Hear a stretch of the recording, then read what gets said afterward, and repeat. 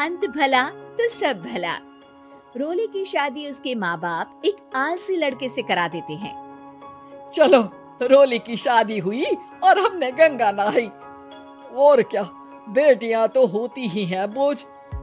हाँ, पर अब क्या चिंता, उतार तो दिया बोझ तुमने, अब वो लोग समझे।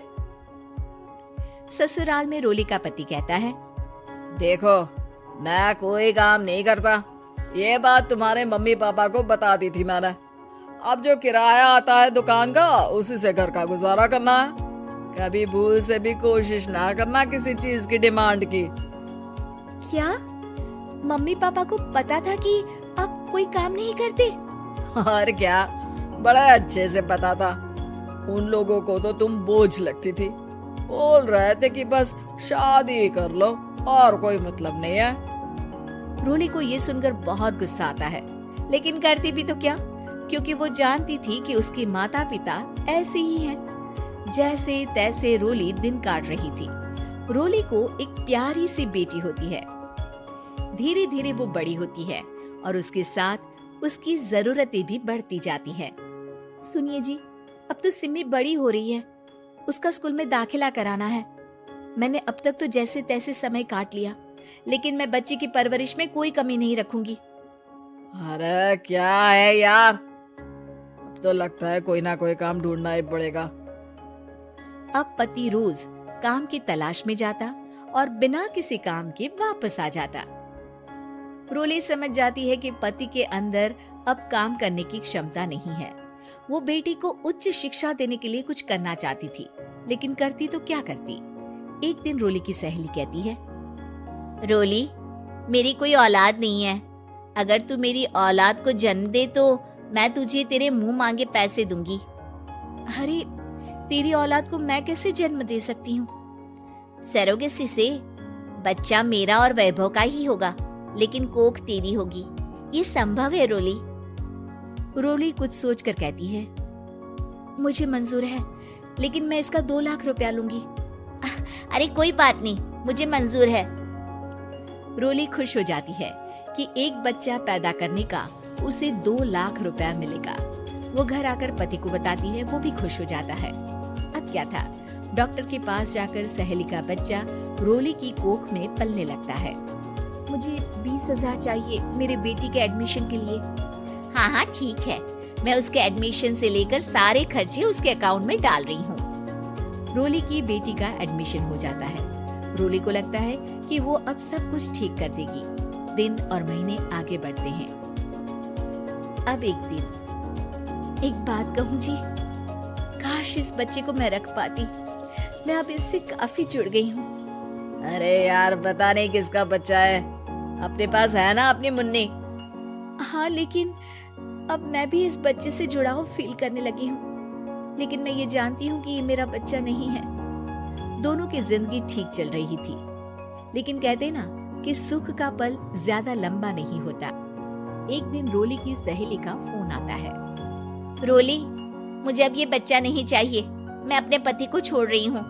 अरे लेकिन मुझे पैसों की जरूरत है, बच्चा तुम्हारा है, मैं क्या करूँगी? सहेली बिना कुछ बोले फोन काट देती है, फोन स्विच ऑफ कर देती है। लेकिन रोली के जीवन का तूफान यही नहीं रुकता। रोली, मैं इतना भार नहीं उठा सकता। आज पढ़ाई का पैसा मांग रही हो, कल को शादी, कॉलेज और पता नहीं क्या क्या। मैं तुम्हें छोड़ रहा हूँ, अपनी बच्ची उठाओ और निकलो इस घर से। अरे पर मैं कर तो रही हूँ ना बच्चे के लिए काम, आप आराम से रहिए ना। क्या काम कर रही हो, देख रहा हूँ मैं। ये छोटा शहर है, यहाँ लोगों को बात बनाते वक्त नहीं लगता। तो मैं क्या करूँ?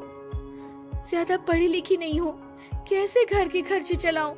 और आप तो काम करना ही नहीं चाहते। हाँ, ना चाहता हूँ और ना ही करूँगा। रोली को पति की बात पर काफी गुस्सा आ जाता है। ठीक है, अगर मेरे जीवन में संघर्ष ही लिखा है तो वही सही। इस वक्त पति होने के नाते आपको मेरा साथ देना चाहिए था, लेकिन नहीं, आपने तो इस हाल में मुझे घर से बाहर निकालने की बात कह डाली। देखो, ये सारी फालतू की बातों के लिए वक्त नहीं है मेरे पास। रोली, जिसकी कोख में किसी और का बच्चा था और साथ छोटी सी बेटी, पति का घर छोड़कर रास्ते पर आ जाती है। रोली के पास मायके के सिवा दूसरा कोई रास्ता नहीं होता। अरे रोली कैसी है? कितने दिनों के लिए आई है? हमेशा के लिए माँ। वो माँ को सारी बात बता देती है। ओए लड़की, इतनी हिम्मत का काम कर लिया। अरे ना ना, यहाँ कोई जगह नहीं है। तुम तो अपना बोरिया बिस्तर उठाओ और निकलो यहाँ से। रोली के पास अब मायके का रास्ता भी नहीं बचता। वो चुपचाप बच्ची को लेकर जा रही थी कि उसे दर्द होता है और वो डॉक्टर के पास चली जाती है और फिर वहां वो एक प्यारे से बेटे को जन्म देती है। कितना प्यारा है, कितने अभागे हैं इसके माँ बाप जो इसके पैदा होने पर भी नहीं है। तभी वहां डॉक्टर आ जाती है। रोली, बच्चे के पिता तुमसे मिलना चाहते हैं। आपका बहुत बहुत शुक्रिया। मैं इस बच्चे को पालूंगा, भले ही इसकी माँ ने इसे छोड़ दिया हो, पर मैं अपनी जिम्मेदारी निभाऊंगा।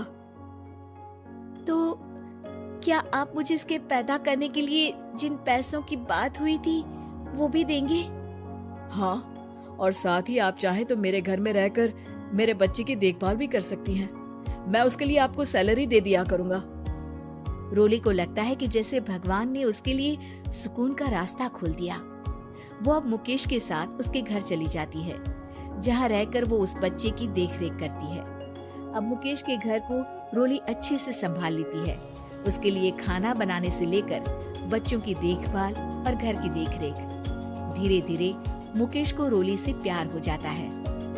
रोली, तुम्हारी बेटी और मेरा बेटा बिल्कुल भाई बहन की तरह साथ रहते हैं। हाँ, आखिर है तो एक ही कोख के बच्चे, अटैचमेंट तो होगा ही ना।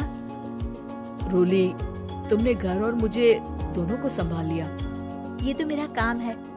आपने भी तो मुझे छत दी जिससे मैं अपनी बेटी की पढ़ाई और भविष्य के लिए पैसे जोड़ सकूं। रोली, क्या तुम मुझसे शादी करोगी? अब मैं जानता हूँ तुम्हारी भी शादी कुछ खास अच्छी नहीं रही। रोली को मुकेश की बात ठीक लगती है। वो उसे हाँ बोलने की सोच ही रही होती है कि उसके पहले पति का फोन आ जाता है। रोली, मैं बहुत परेशान हूँ। मेरा एक्सीडेंट हो गया है। मैं चाहता हूँ तुम वापस आ जाओ। रोली को पुराने पति की चिंता होने लगती है। वो सोचती है कि वो क्या कर रही थी। हाँ ठीक है, मैं आ रही हूँ। हाँ रोली, आ जाओ, लेकिन बच्ची को कहीं हॉस्टल में छोड़कर आना, क्योंकि मैं नहीं चाहता कि हम लोगों के बीच फिर से वो सारी बातें हो। रोली को समझ आ जाता है कि पति आज भी सुधरा नहीं है।